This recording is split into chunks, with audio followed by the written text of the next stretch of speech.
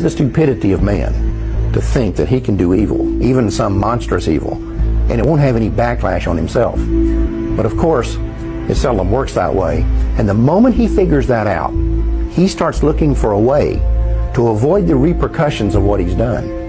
This is what happened with slavery. In the early 1800s, as it began to look like the end of slavery might be on the horizon, white America started to be concerned that a day of reckoning was coming. The primary fear for the average person was of retribution and insurrection, and that was a reasonable fear. After all, it's illogical to think that you can do to a whole group of people what was done to African Americans and think that they will just take it lying down forever. And of course, there were things like the Nat Turner uprisings. But for the wealthy elite, their fears went beyond things like insurrection. They were worried about the financial impact. Remember, it was not just the cotton plantations that profited from slavery. Whether you're talking about the banks or the insurance companies, the railroads, even the newspapers, the fact is that almost every aspect of the American economy was at some level or another invested in the slave business.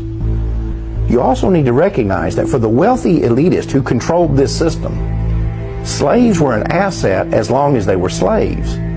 But at the moment they are set free, they become a liability.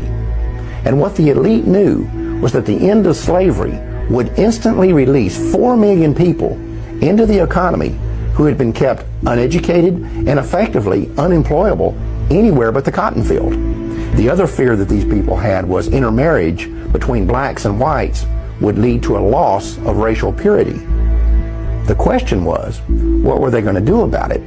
And their initial thought was that they would just send all the slaves back to Africa. This plan was called colonization, and it had broad support among the wealthy elite. In fact, the American Colonization Society was even funded by the United States Congress.